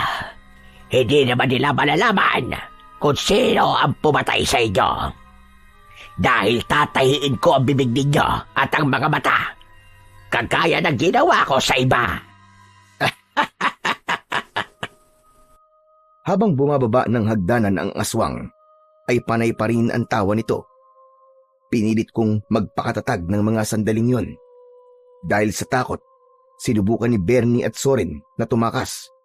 Pero tinigdan sila ng aswang at umangat ang kanilang katawan sa sahig. Para bang may malakas na puwersang bumalot sa katawan ng mga kaibigan ko. Lumutang sila sa ere habang hindi makagalaw. Lumipad sila papalapit sa nakangising aswang. Bernie! Soren! Tumakbo kami ni Nolan para lapitan ang mga ito. Pilit kong hinahawakan ng katawan ng mga kaibigan ko. Kaya lang, nang hahawakan na namin ang kanilang kamay, parang may humampas sa amin ng malakas na puwersa mula sa aswang. Magkasabay kaming bumagsak sa sahig ni Nolan. Bumagsak din ang katawan nila Bernie at Soren sa paanan ng aswang. Nanlaki ang mga mata namin nang makita naming tinahi ng aswang ang bibig ng dalawa at dinukot ang kanilang mga mata, pati ang kanilang dalawang hintuturong daliri ay kinagat rin ng aswang. Si Lito naman ay natulala, nanginginig dahil sa takot, samantalang si Nolan ay tumakbo papalapit sa akin at hinila ako sa aking braso. Ricky, tara na! Tumayo ka na! Halimaw siya! Halimaw! Takbo! Halos sirain namin ang nakasaradong pintuan para tumakas. Panay ang pukpok namin sa pinto gamit ang batuta pero hindi namin mabuksan yun. Paglingon ko sa gawi ng aswang, nakita ko na dumapa ang nilalang at sinipsip niya ang dugo ni Zorin at Bernie. Nagkikikisay ang kanilang mga katawan habang inuumpisa na silang lapain ng aswang. Nang mamatay sina Bernie at Zorin, tumayo ang aswang habang inilalagay nito sa bulsa ang mga dinukot na mata at nakuwang mga daliri. Tumawa ang aswang ng malakas habang ipinapakita ang kanyang hawak na sinulid at karayom. Si Lito naman ay hindi na rin maintindihan ang gagawin. Dahil sa takot, tumalon siya sa bintana. Pero dahil yari yon sa bubog, tumarak ang nabasag na bubog sa leeg ni Lito. Umagos ang dugo niya sa bintana habang nagkikikisay ang katawan. Namatay rin ito. Nadilat ang mga mata. Lito! Diyos ko, si Lito! Patay na siya! Kay sarap namang panoorin ang mga natatakot na tao. Dapat lang sa inyo yan. Pakialamero kasi kayo. Kung hindi kayo nangahaas na pumasok sa mansyon ko, hindi sana sila namatay. Sige, subukan mo lumapit, halimaw ka. Kundi papatayin kita. Kampun ka ng kadiliman. Hindi ako natatakot mamatay. Dahil hindi naman ako makakaranas nun. Matagal ko nang inaalay ang buhay ko sa hari ng kadiliman. At walang kahit na anong sandata ang makakapatay sa akin. Itinaas ng aswang ang sinulid at karayom habang humahakbang siya papalapit sa aming kinaroroonan. Ricky, kailangan na natin lumaban sa kanya. Dahil kung hindi, papatayin tayo ng hayop na yan. Huwag na kayong lumaban. Wala na kayong magagawa. Mapapabilang na rin kayo sa mga koleksyon ko. Hindi! Hindi ka magtatagumpay, halimaw ka! Lalaban kami kahit na anong mangyari! Umalingaw-ngaw ang malakas na tawa ng aswang at ang hawak kong flashlight ay nagsimula ng magkurap-kurap. Maya-maya pa ay tumubo sa likod ng aswang ang malapad niyang pakpak. Pagkatapos ay lumipad ng paikot sa itaas ng kisame. Sinamantala namin ang pagkakataon habang nasa itaas pa ang aswang. Sige na, Nolan! Sirain na natin ang pinto! Dalian mo! Pinagtulungan namin ni Nolan na sirain ang pintuan, ngunit hindi ko namalayan na nasa likod na pala namin ng aswang. Naramdaman ko na lang ang pagguwit ng sakit ng likod ko. Umangat ang aking paa sa saig at bigla akong inihagis papalayo kay Nolan. Bumaling sa akin ang aswang habang nakangisi na lumapit sa aking kinaroroonan. Hinagis niya ang sinulid at karayom habang ako naman ay gumagapang sa saig at pilit na inaabot ang nabitiwan kong batuta. Pero dahil mabilis siyang nakalapit sa akin, bumaon ng kuko niya sa balikat ko. Ah! Bitiwan mo ako! Bitiwan mo ako! Halimaw ka! Ricky! Akin na ang buhay ng kaibigan ba? Pakawalan mo si Ricky! Pakawalan mo siya, aswang! Nolan! Tulungan mo ako, tol! Dahil sa pagdagit sa akin ng aswang, hindi ko na nahawakan ang aking batuta. Kumapit ako sa kanyang braso. Saka ko siya inatake ng kagat sa kanyang kamay na nakahawak sa aking balikat. Nabitiwan niya ako at bumagsak ako sa sahig. Naramdaman ko ang pagtama ng aking katawan sa semento. Halos mapangiwi ako sa labis na sakit. Maya-maya pa, bumaba ang aswang at muling nawala ang pakpak niya sa likod. Naglakad siya papalapit sa akin. Habang umaangil, panay ang kumpas niya ng kamay na para bang nagsasayaw. Akma na sana siyang aatake sa akin nang lumitaw ang malakas na liwanag mula sa nasirang bintana. Nanggagaling yon sa labas ng mansyon. Layuan mo ang apo ko! Umalis ka sa loob ng mansyon! Nabuhayan ang loob ko nang marinig ko ang boses ni Lolo Pino. Kahit may sugat ako sa katawan, pinilit kong tumayo. Lumapit sa akin si Nolan para alalayan ako sa pagtayo. Ha? Huwag kang makialam dito. Hindi mo naman ako kayang pigilan. Pero kaya kitang paslagin! Agad na pumasok sa loob ng mansyon si Lolo Pino. Kaya nakita niya ang patay na katawan ni Lito. Pagpasok niya sa loob, agad niyang sinabuyan ng asin ang aswang. Kaya napasigaw ang aswang dahil sa labis na sakit. At dahil doon, lumipad ito, paitaas, at sinira ang bubong ng mansyon. Nang mawala ang aswang sa paningin ko, saka ko lang naramdaman ang sakit mula sa akin sugat. Halina kayo! Kailangan na nating umalis bago pa siya bumalik! Paano po mga kaibigan namin, Lo? Wala na tayong magagawa sa kanila. Patay na sila! Lo, marami po kayong dapat ipaliwanag sa akin. Tara na! Saka na kayo mag-usap! Umalis na tayo rito! Inalalayan nila ako sa tigkabilaan kong braso. Naluluha kong nilampasan ang nakahandusay na katawan ni Lito. Sa isang iglap, 3 kaibigan ko ang namatay. Dahil sa pagpasok namin sa mansyon na yon, idagdag pa ang alalahanin namin kung paano namin ipapaliwanag sa kanilang pamilya ang mga nangyari sa kanila. Pagkalipas ng ilang oras na paglalakad, sa wakas, narating namin ang bahay. Kasama namin si Nolan na pumasok sa loob ng aming tirahan. Diretso sa silid si Lolo Pino. Pag-upo ko sa gilid ng katre, ay agad na akong nagtanong kay Lolo Pino.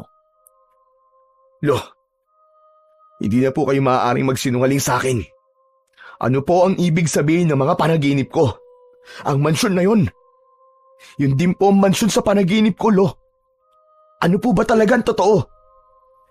Ngayon na nalaman mo na ang buong katotohanan tungkol sa mga panaginip mo. Panahon na siguro para ipagtapat ko sa iyo ang tungkol sa nakaraan mo. Apo, patawarin mo sana ako kung matagal kong itinago sa iyo ang katotohanan. Ano po ba ang totoo, Lolo? Isa akong mabuting mambabarang na merong kakayahang bumura ng alaala ng tao. Kung ganun, binuran niyo po ang alaala ko sa nakaraan. Pero bakit po? Ano pong dahilan niyo, Lo? Pinatay ang mga magulang mo sa harapan mo, Ricky. Na-trauma ka. Nawala ka sa iyong sarili. Lahat ay kinakatakutan mo. Hindi ka kumakain. Hindi ka rin natutulog. Bakit niyo po yung ginawa, Lo? Bakit niyo po yung ginawa? 5 taon ka pa lang nun nang mangyari sa iyo ang bagay na yon. Kaya nag-alala ko at ginamit ko ang kakayahan ko para alisin ang takot na yon sa isip at puso mo. Binara ko sa isip mo ang lahat ng alaala mo tungkol sa pagkamatay ng mga magulang mo. Hindi niyo po dapat ginawa yun, Lolo. Dahil alaala ko yun sa mga magulang ko eh. Tama ka. Hindi ko yun dapat ginawa. Sapagkat pinahirapan ka ng alaala na yun sa pamamagitan ng panaginip. Totoong nangyari sa iyo ang lahat ng mga nakita mo. At ang mansyong pinasok mo ay pag-aari ng mga magulang mo. Diyos ko, ano ba yan? Hindi ko maiwasan ng hindi kilabutan sa mga pinag-uusapan niyo, Lolo Pino. Kusang bumalik ang alaala na nakaraan ni Ricky dahil sa kanyang panaginip. Alam ko may dahilan kung bakit kayo napadpad sa kinaroroonan ng mansyon. Dahil yun talaga ang nakatakdang mangyari kay Ricky. Bakit po buhay pa ako, Lo? Samantalang ang mga magulang ko ay patay na. Iniligtas kita, Apo. Nilabanan ko ang aswang na yon pero lubhang malakas siya. Ilang beses ko siya sinubukan labanan sa pamamagitan ng aking kakayahan. Ngunit hanggang ngayon, bigo pa rin ako. Anong klaseng aswang po siya, Lolo Pino? Isa siyang aswang na kung tawagin ay kulughangin. At sinasabi-sabi ng matatanda noon, anak daw siya ng demonyo. Kaya kumukuha siya ng mahalagang bagay sa parte ng katawan ng mga nabibiktima niya. Yun daw ang nagsisilbing lakas niya na pinagkukunan niya ng kapangyarihan. Katulad ng mga nangyayari sa biktima, hindi po ba't parang may gusto siyang itago kaya ginagawa niya yun? Oo, Nolan. Pero hanggang ngayon, hindi pa rin malinaw kung bakit niya yung ginagawa. Kung anak po siya ng demonyo, hindi lang siya isang ordinaryong aswang. Oo, sapagkat ang kulughangin ay ang nilalang na yumakap sa kapangyarihang itim. Kaya kahit anong klaseng agimat ang gamitin mo sa kanya, ay di matatapatan ang kanya kapangyarihan. Kaya nga iniisip nila na kaya nila ang Diyos. Gumaganti sila sa Panginoon kasama ang lahat ng kampo ng kadiliman. Kung wala pong agimat na makakatalo sa kanya, natitiyak ko po na ang papatay lamang sa kanya ay ang natural na kagamitan na walang taglay na kapangyarihan. Naisip ko na rin yan dati. Dahil ang makakatalo sa kanya ay ang taong may malakas na paniniwala sa Panginoon Diyos. Ngayon lang po ako nakarinig ng tungkol sa aswang na kulughangin Dahil nasanay tayo sa kwento ng aswang, halimbawa na lamang ng mga manananggal, tiyanak, pero mga takot naman sila sa agimat. Itong kulughangin, wala silang kinikilalang Diyos at hindi takot sa agimat. Ano po ba talaga ang kakayahan ng kulughangin? Meron siyang kakayahang magpalit ng anyo, lumipad, gumamit ng itim na kapangyarihan para hindi siya makilala o mahuli. Magkakaroon siya ng ibang katauhan, pero kahit kailan, hindi siya maaaring humarap sa salamin. Napaunat ako sa pagkakaupo at nawala ang sama ng aking loob sa aking lolo. Nagkaroon ako ng interes na malaman kung ano ang kahinaan ng aswang na kulughangin. Hindi sila maaaring humarap sa salamin? Ganun? Tama ka. Dahil hindi niya maaaring tignan ang kanyang sarili sa salamin. Isa pa, gabi lang sila nakakapagpalit ng pagkatao o anyo. At sa araw naman, makikita mo kung ano ang pagkatao na inihaharap niya sa lahat ng tao. Pero ang totoo, hindi naman talaga ganoon ang kanyang itsura. Kung ganun po, sa tingin ko salamin na makakapatay sa kanya. Hindi basta salamin lang, Apo. Kailangan nakatapat ang salamin sa refleksyon ng kahit na anong liwanag. Saka mo lang siya masasaktan. Pero dapat malaban mo ang kanyang kahinaan. Kung ano ang ginagamit niya sa pagpatay, yun din ang kanyang kahinaan. Nagkatinginan kami ni Nolan. Para bang iisa lang ang iniisip namin tungkol sa kahinaan ng aswang na kulughangin. Sinulid at karayom. Yun din ang nakita naming nakatago sa parador. Kailangan nyo bumalik sa mansyon. Kunin nyo ang sinulid at karayom. Yun ang gagamitin nyo sandata para maikulong siya sa mansyon. Saka nyo gagamitin sa kanya ang salamin para siya ay patayin. Sinulid at karayom? Paano naman po namin magagamit na sandata yun? Ang hibla na sinulid, babalutan nyo ang palibot ng mansyon. Hindi siya makakaalis sa loob. Pero masyado pong mahina ang sinulid. Hindi siya mapipigilan nun. Nagkakabali ka, Ricky. Sa oras na maigapos nyo ang mansyon gamit ang sinulid, magkakaroon ng puwersa na manggagaling mismo sa kanya kapangyarihan. Sa pamamagitan nun, hindi niya magagamit ang lakas niya sa sarili niyang kagamitan sa pagpatay. Sa kanyo magagamit ang salamin laban sa kanya. Naiintindihan ko na po ang ibig niyong sabihin. Sa paghawak ko sa aking bewang ay naramdaman ko ang librong nakuha ko kanina. Kinuha ko yun at ibinigay kay Lolo Pino. Oo nga pala, Lolo Pino. Ito po oh. Nakuha ko po ito sa bangkong tumba-tumba doon po sa mansyon. Hinawakan ni Lolo Pino ang maliit na libro at binuklat niya ang pahina. Saka nag-aalalang napatingin sa akin. Hindi ako maaaring magkamali. Ito ang diary ng nanay mo, Ricky. Sa tingin ko, Apo, ikaw ang dapat bumasa niyan. Ibinalik sa akin ni Lolo ang libro at tinanggap ko yun. Malungkot kong pinagmasdan ng libro sa kanaluluwang napasulyap sa akin lolo. Tumango siya bilang hudyat na basahin ko na ang laman nun. Binasa ko ang mga nakasulat doon. Bigla akong napahagulgol ng iyak habang hawak ang libro. Tol, Ricky, bakit? Nalaman ko, Tol, na pinagtangka ng buhay ng mga magulang ko ng pangalawang asawa ng aking lolo sa side ni nanay. Agawan sa yaman ang punot dulo ng lahat.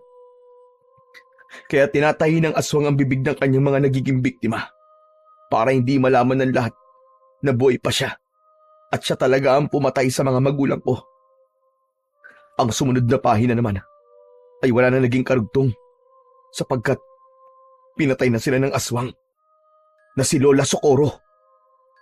Kung ganon, tama ang hinala ko na si Socorro nga ang pumatay sa mga magulang mo. Paano po natin siya mahanap kung nagtatago po siya sa ibang pagkatao? Yun din ang nagiging palaisipan para sa akin. Kailangan niyong bumalik sa mansyon. Ipapaalam ko kay Kapitan na nangyari sa mga kaibigan niyo. Teka, kailangan ko pala munang gamutin ang sugat mo, Ricky. Saka ko lang naalala ang 2 sugat sa aking balikat. Pagkatapos gamutin ni Lolo ang sugat ko, ibinigay niya sa akin ang salamin na nakasabit sa dingding ng kanyang kwarto. Kwadrado yun na halos kasing lapad ng aking palad. Palagi mo ito dadalin. Sa oras na makakita ka ng kahit ganun liwanag, itapat mo doon ang salamin at siguraduhin mong tatamaan ng refleksyon ng salamin ang katawan ng aswang. Tumango ako at tinanggap ang maliit na salamin na ibinigay sa akin ni Lolo Pino. Magpapaalam na rin ako, Ricky. Bukas na lang tayo magkita. Dito ka na magpalipas ng gabi, Nolan. Nasa paligid lang ang aswang. At dahil nakita niya ang mukha mo, hindi kanya tatantanan hanggat hindi kanya napapatay. Samahan mo muna dito si Ricky. At ako naman ay pupunta kay Kapitan. Teka, sandali lang po, Lo. Baka naman kayo po mapahamak. Kailangan makarating kay Kapitan na nangyari sa mga kaibigan niyo. Huwag kayo mag-alala. Kaya kong ipagtanggol ang sarili ko.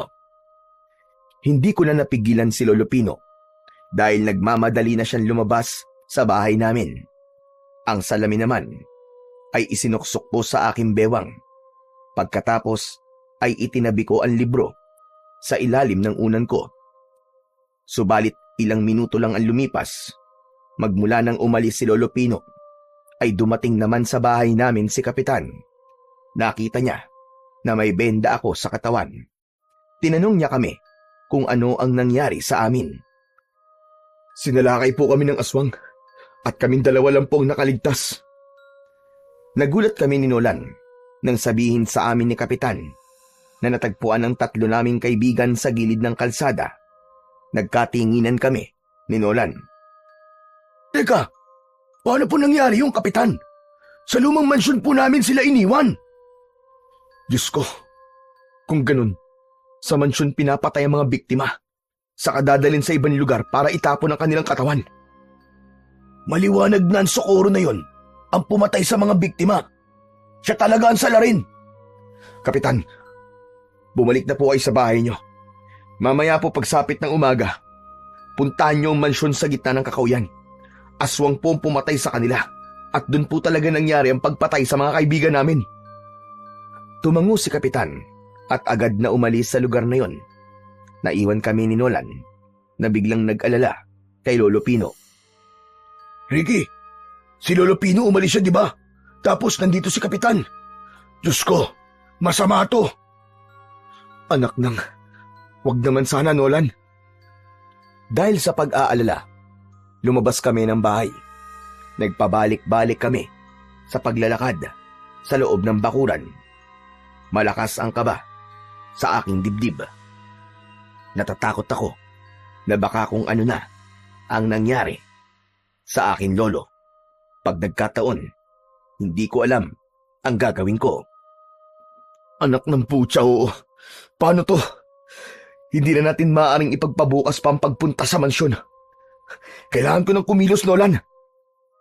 Teka, sasama ako sa'yo, Tol.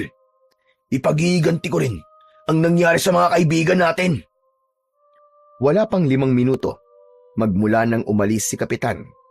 Si Soledad naman ang dumating. Papalapit siya sa amin. Nagtataka ko ng mga sandaling yon dahil hindi naman alam ni Soledad ang kinaroroonan ng bahay namin. Hinayaan ko siya na makalapit sa amin. Hindi ka panipaniwala na dumarami na ang mga tangang tao na nagkalat sa ating mundo. Habang nagsasalita si Soledad, ay mabagal din ang paglalakad niya papalapit sa aming kinaroroonan at batay sa kanyang ikinikilos, para bang merong nagbago sa kanya. Ang akala nila, padagdag ng padagdag ang kanilang utak. Pero ang totoo, papurol ng papurol ang mga ito. O ano, namumutla yata kayo. Hindi kami namumutla, Soledad. Nagulat lang kami sa mga pinagsasasabi mo. Lumapit sa akin si Soledad at hinaplos niya ang aking pisngi. Habang si Nolan naman ay nagulat sa ginawang yun ni Soledad. Malamig yata ang pawis mo, Ricky. Hindi ba't ikaw lang naman na madalas na bumabati sa akin sa tuwing dumadaan ako sa talangkahan? Naramdaman ko ang malambot niyang kamay sa aking pisngi habang hinahayaan ko siyang magsalita. Natatakot ka ba sa akin? Ha, Ricky? Soledad, ano bang pinagsasasabi mo sa kaibigan ko? Lumayo ka nga sa kanya. Bakit? Nagtatanong lang naman ako kung natatakot siya sa akin. Hindi ako natatakot sa iyo, Soledad. Pwes, dapat kang matakot. Ricky, lumayo ka sa kanya. Siya si Socorro, ang aswang nakulog hangin.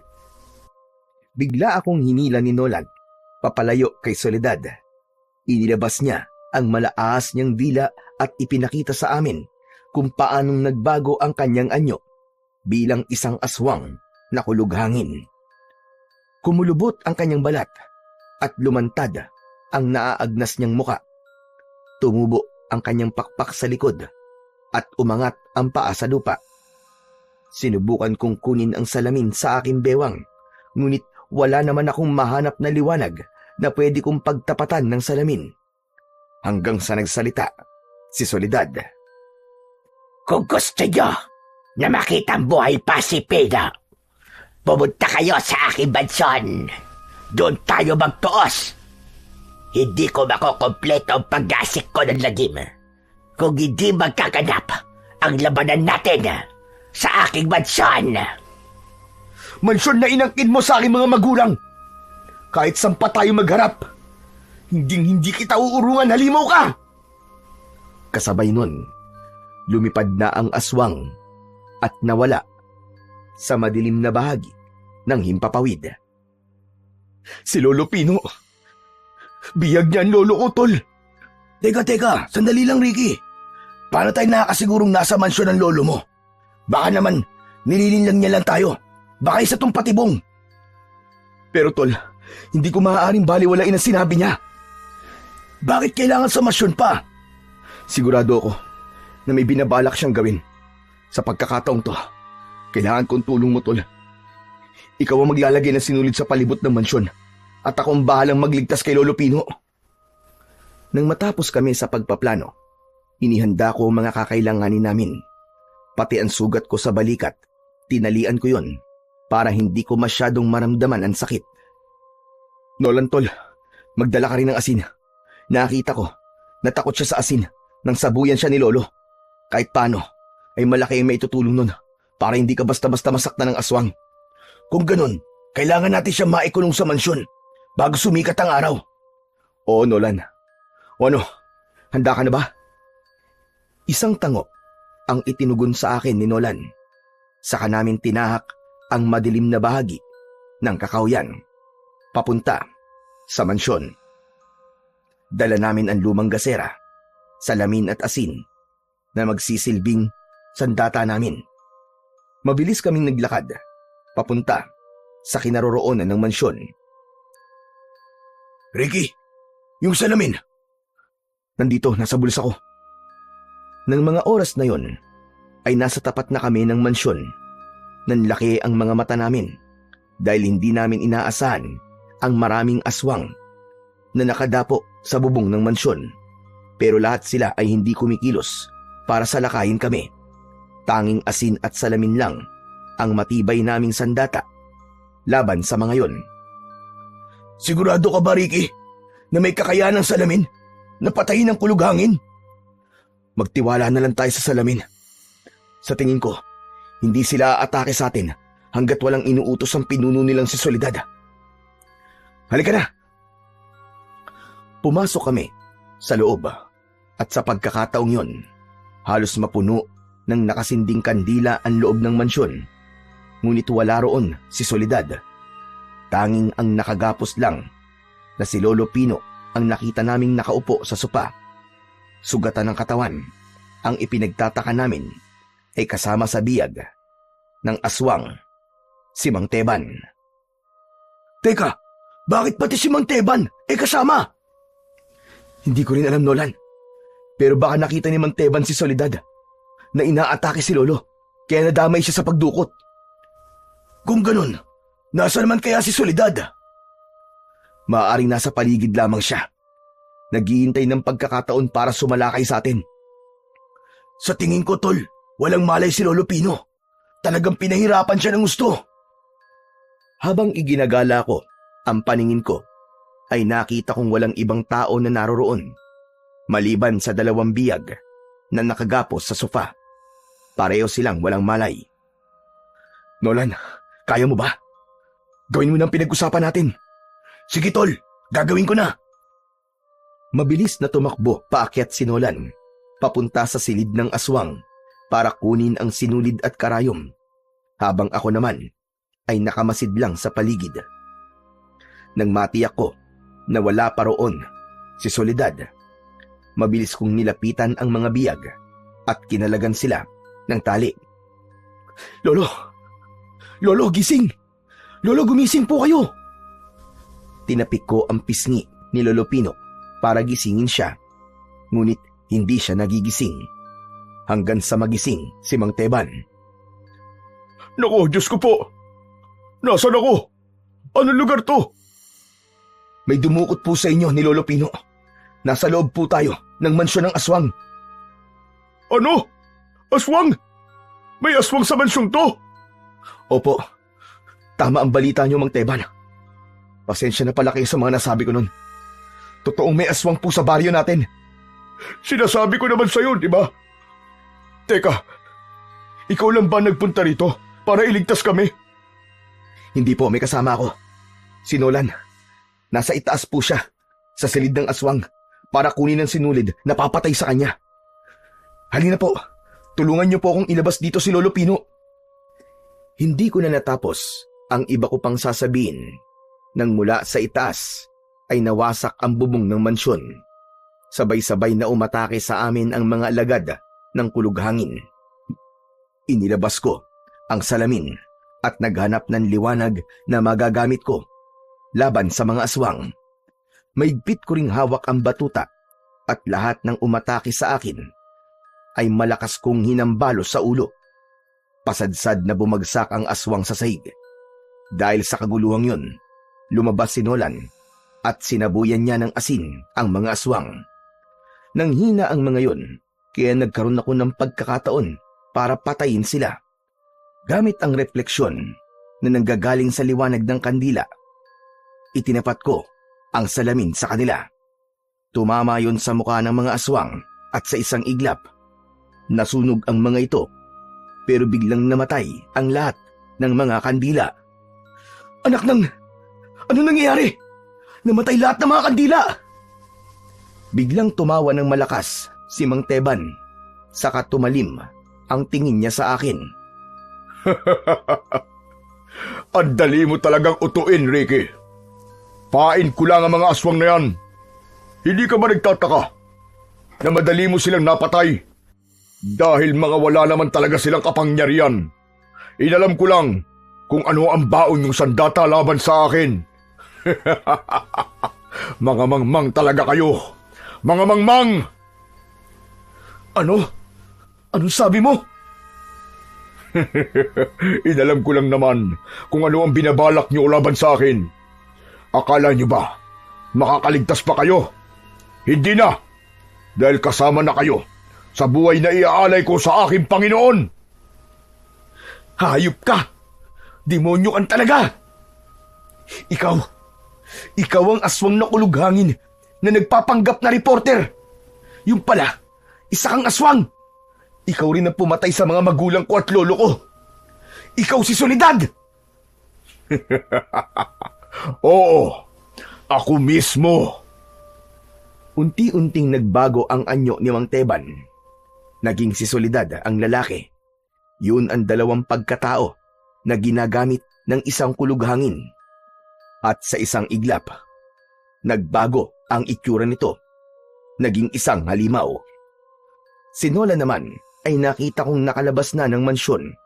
Nagsisimula na siyang umikot sa paligid ng mansyon para itali ang hibla ng sinulid. Umaasa ako na maisasagawa ni Nolan ang plano namin. Biglang lumipad si Soledad. Dinagit niya ang walang malay na si Lolo Pino. Saka dinala sa pangalawang palapag ng mansyon. Buhay ba? O buhay ng magaling mong Lolo Pino? Palagi kong pipiliin ang buhay niya, hayop ka. Kaya tayo magtuos. Ako ang labanan mo. At wag ang walang kalaban-laban sa'yo. Sige, kung iyan ang gusto mo, pagbibigyan kita. Agad siyang lumapit sa akin habang lumilipad.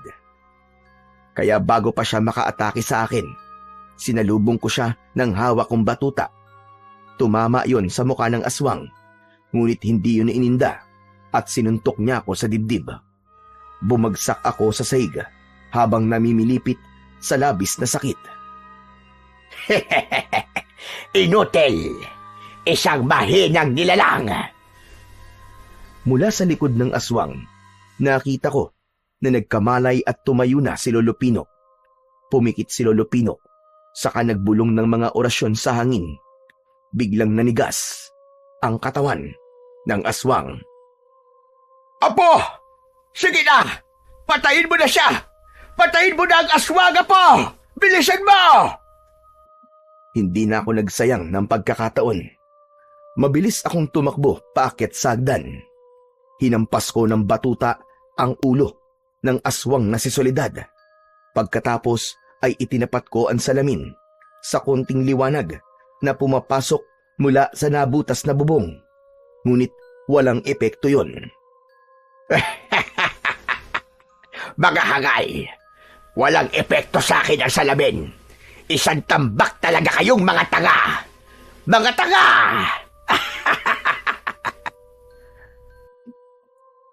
Biglang bumundol ang kaba sa aking dibdib nang mawala ang bisa ng kapangyarihang barang ni Lolo sa katawan ni Soledad.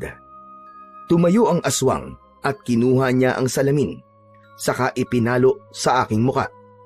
Nabasag yun at nahiwa pa nun ang aking pisngi.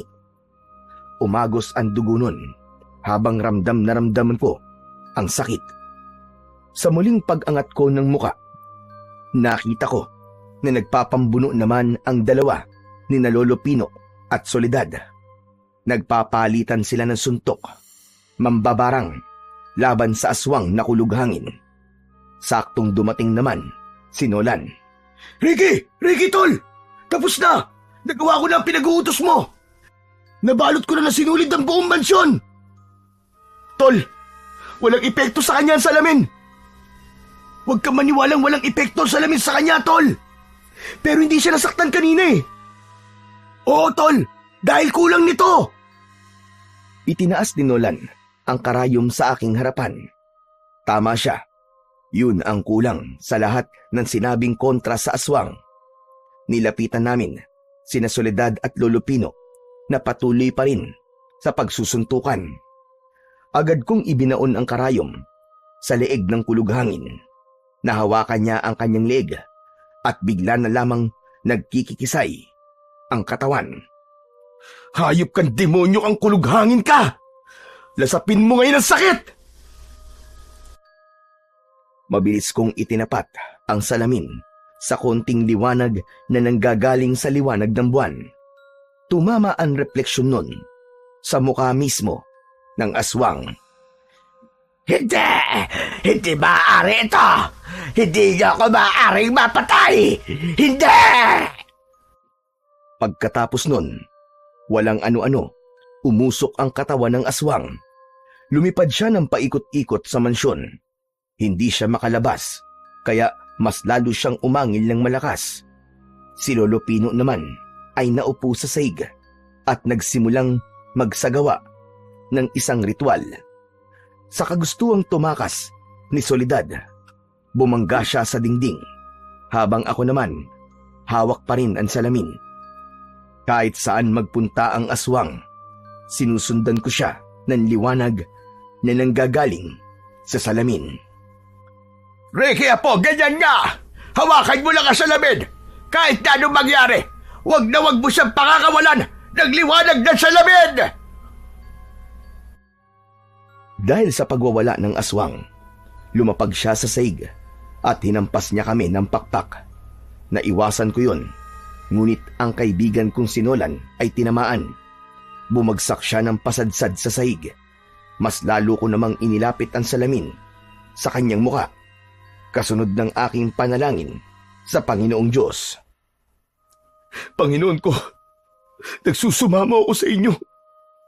Tulungan niyo po ako. Huwag niyo pong hayaan na manaig po ang kasamaan. Sa tulong po ng liwanag ng langit, ibalik niyo po ang nilalang na ito sa pagiging abo. Unti-unting sumikat ang araw sa itaas ng butas na bubong. Pumasok ang liwanag doon at tumama sa hawak kong salamin. Mas lalong umusok ang katawan ng aswang na kulughangin at sa pagtayo ni Lolo Pino, hinawakan niya ang ulo ng aswang. Hayop ka! Mamamatay ka na ngayon! Ito na ang magiging katapusan mo! Kasabay ng pagluhod ng aswang, umusok ang kanyang katawan habang umaangil ng malakas dahil sa labis na sakit. Unti-unting nahulog ang kanyang mga mata. Natanggal ang kanyang mga pangil at natunaw ang kanyang mga kamay. Narinig namin ang malakas na pagsabog ng katawan ng aswang at nagkalat ang abo niya sa sahig ng mansyon.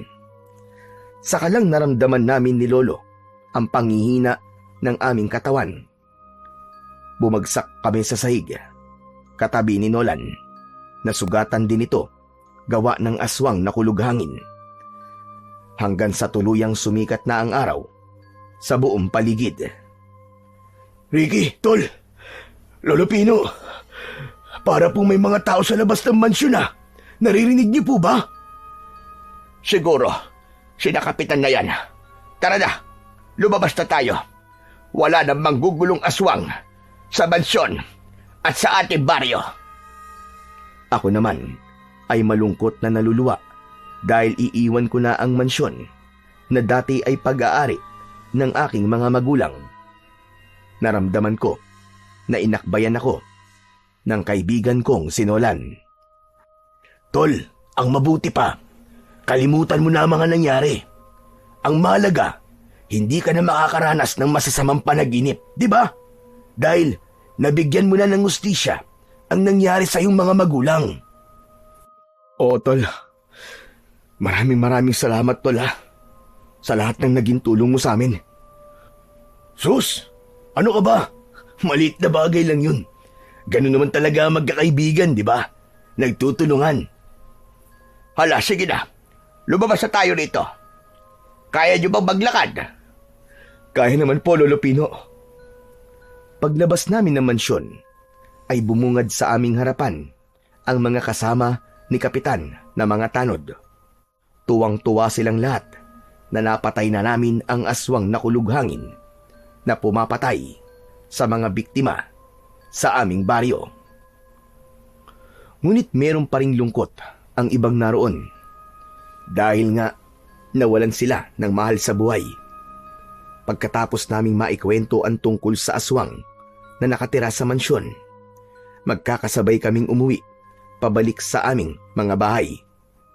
Pagdating namin sa tapat ng bahay namin ni Lolo Pino, humarap sa amin si Nolan. O paano? Dito ko na lamang kayo ihatid Sasabay na ako kay na Kapitan eh. Sige tol, Nolan. Maraming salamat sa iyo Isa ka talagang kaibigan tunay. Sus! Di tol, maraming salamat din sa tapat na pagkakaibigan. Pagkasabi nun ni Nolan, ay ngumiti ito at hinatid na lamang namin siya ng tanaw kasama sina Kapitan at ang mga tanod. Ako naman ay maigpit kong hinawakan ang basag na salamin at isinilid ko yun sa aking bulsa. Marami po talagang kababalaghan ang umiiral sa ating mundo. Mga kasamaan na patuloy na humahamon sa kapangyarihan ng ating Panginoon. Ngunit kahit kailan ay hindi mananaig ang kasamaan laban sa puwersa ng kabutihan.